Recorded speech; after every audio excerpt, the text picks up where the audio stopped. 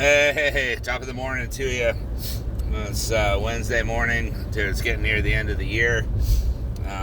The time where people make these fake goals that they're never going to keep, that they're going to, the end of the year is totally different.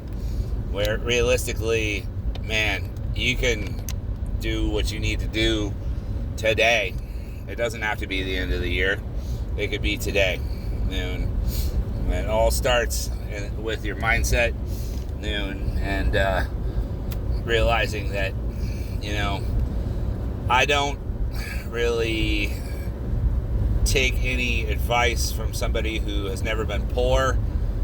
I don't really take any kind of relationship advice from somebody who hasn't necessarily been divorced or has no experience or has no skin in the game, so to say.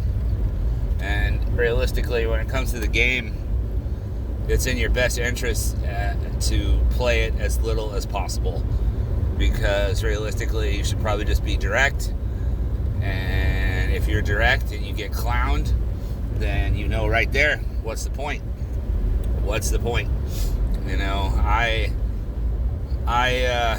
I'm no expert by any means, but I've had enough to know when things are hitting on all cylinders and when things are not.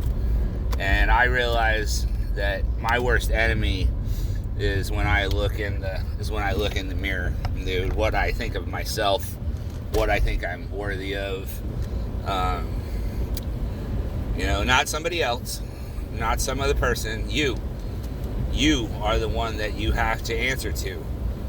Not a wife or a girlfriend or your parents or anything. You gotta look yourself in the mirror and say, hey, dude, it'll be all right. Because no one's gonna come and do it. Nobody. And, I've learned after divorce, and, once I had the little white picket fence fantasy shattered and went through the loss that I went through, my kid's mother will always be with me in spirit, but it's not something that's gonna just guide me. I have to realize that she made the choices that she made, and I tried to protect my son no matter what, because that's a father's job, is to be a protector, be a provider and a protector. I'm going old school with that, and to lead, provide, and protect. And a lot of times men have been socially conditioned to not lead, to cater to the happy wife, happy life, when realistically that's really not going to work out. Because I look at my parents as an example, dude. They're living the fantasy. They've been together for 54 years and they're coming up on 55, dude. And one of the saddest things that my mom ever said to me, that my dad was in the hospital and they're talking about a do not resuscitate order, that he looked to her to make a decision when it's his life. He's the one that decides. My comfort is more or less dependent on her, when realistically that's his decision.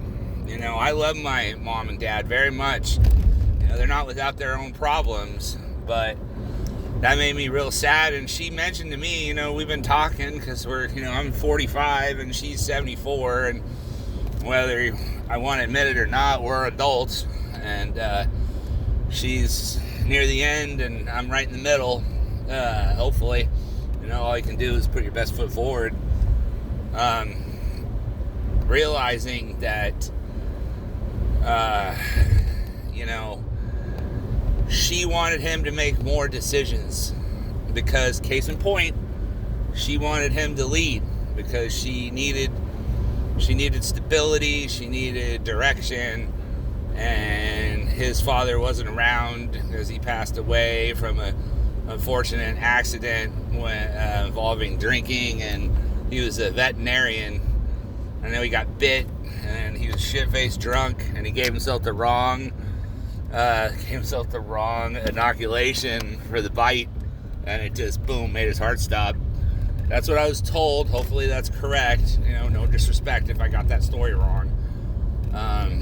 But yeah, he was like 11 or 12 when his dad died, and he never had that direction. And his mom, bless her heart, my grandma, she was sweet, but she had no discipline and no ability to show him how to be masculine, more or less, because she was a kind kindergarten teacher who talked to him probably like a child his whole entire life.